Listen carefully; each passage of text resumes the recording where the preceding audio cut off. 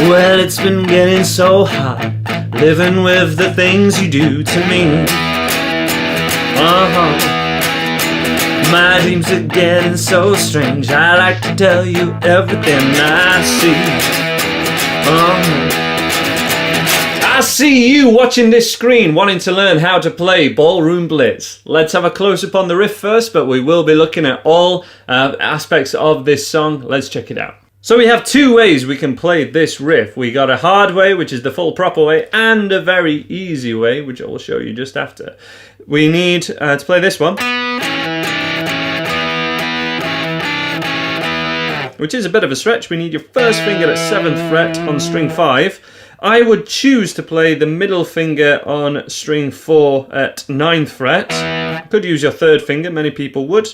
I would use my middle finger so that the little finger can stretch over to play what is a variation on, you know, the more classic rock style riff.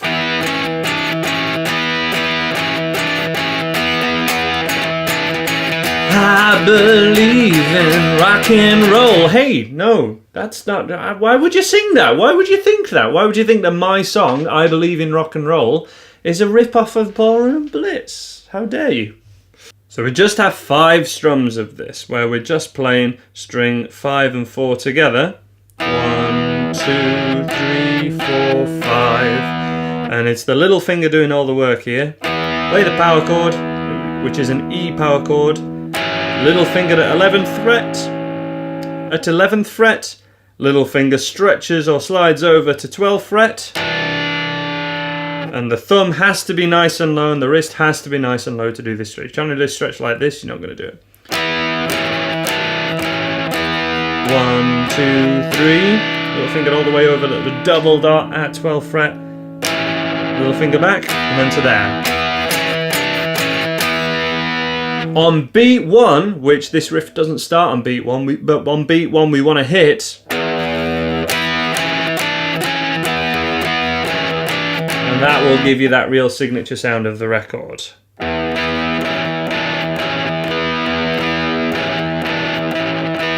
Remember, wrist nice and low, thumb nice and low as well, and you should be able to do it. But if that stretch is too much for you, there's a really easy kind of beginner way, which goes like this.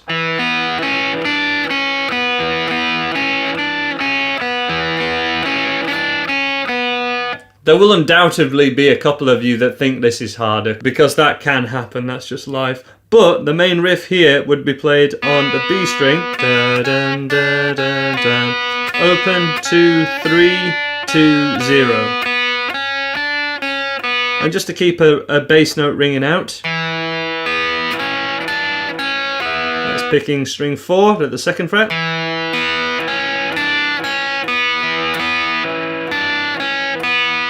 And that sounds very similar to...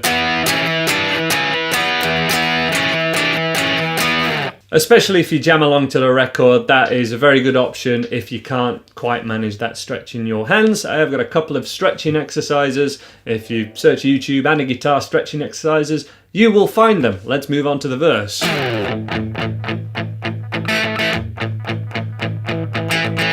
This is an A5 power chord. It's known as an A5 or an A power chord. They mean the same thing. And we play a flat first finger covering string 3 and 4, and we just play string 5, 4 and 3, you know, these 3 strings. But we got to palm mute them to give us that rocking chug sound. And then when we get to the second half of the second bar, so 1, 2, 3, 4, 1, 2, 3 and 4, and we add those last ups. 1, 2, 3, 4, 1, 2, down and down, 1, 2, 3, 4, 5, 6. Just to show you how many there are, there's 6 of them, but we would count to 4. 1, 2, 3, 4, 1, 2, 3 and 4 and then we're back to the riff to give you time to move. Hit string 6 alone, and then move up to your riff. Let me demo.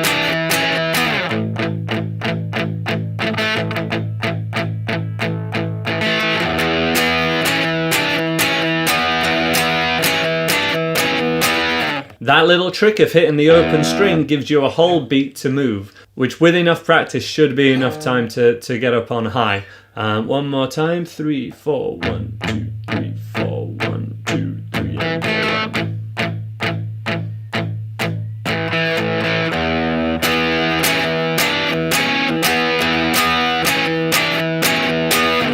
Then we have the pause. I see a man at the back who's ready to crack, and he raises his hands to the sky and numerous other things.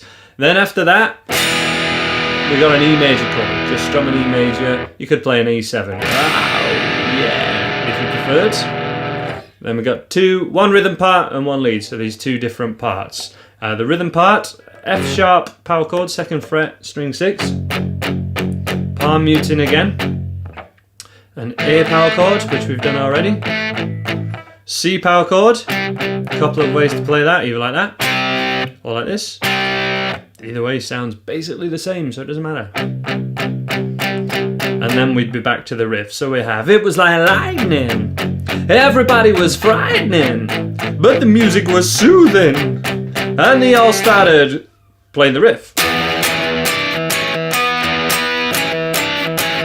Very similar thing for the chorus, but it's a quicker change between chords. So just 1, 2, 3, 4 on the F sharp, 1, 2, 3, 4, and then it's a 2nd fret power chord, and then back to E.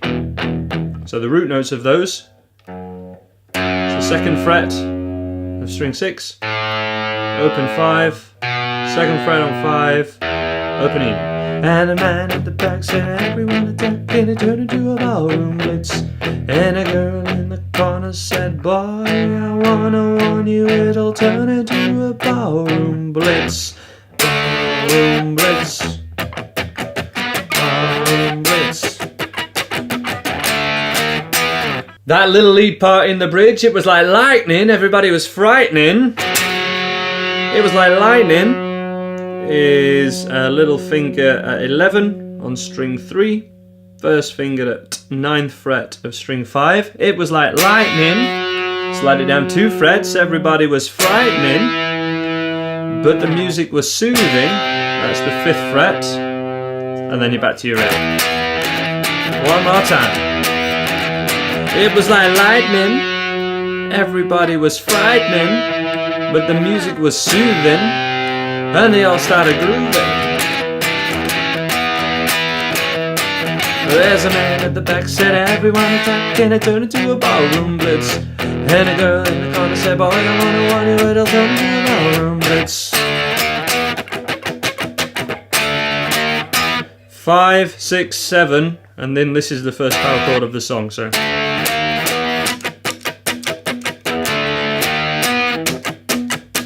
this is just all your fingers flat, muting your strings.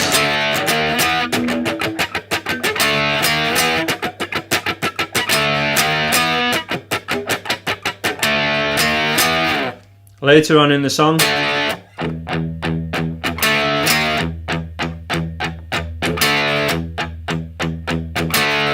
but all the guitar's actually doing, because the E note is played on the bass.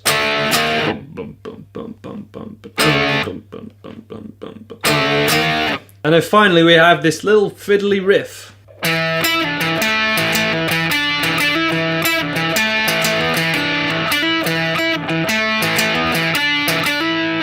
Very fiddly, but a 1st finger barring at the 7th fret, string 5, 4 and 3.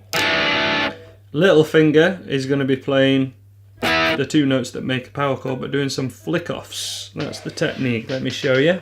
And a hammer on as well.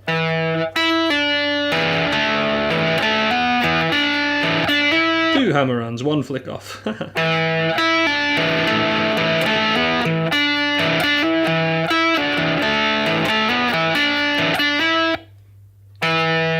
String 5, string 3, flick off. Back to string 5, 4, string 4, string 5, string 4, hammer on, string 6, 3, 6, 3.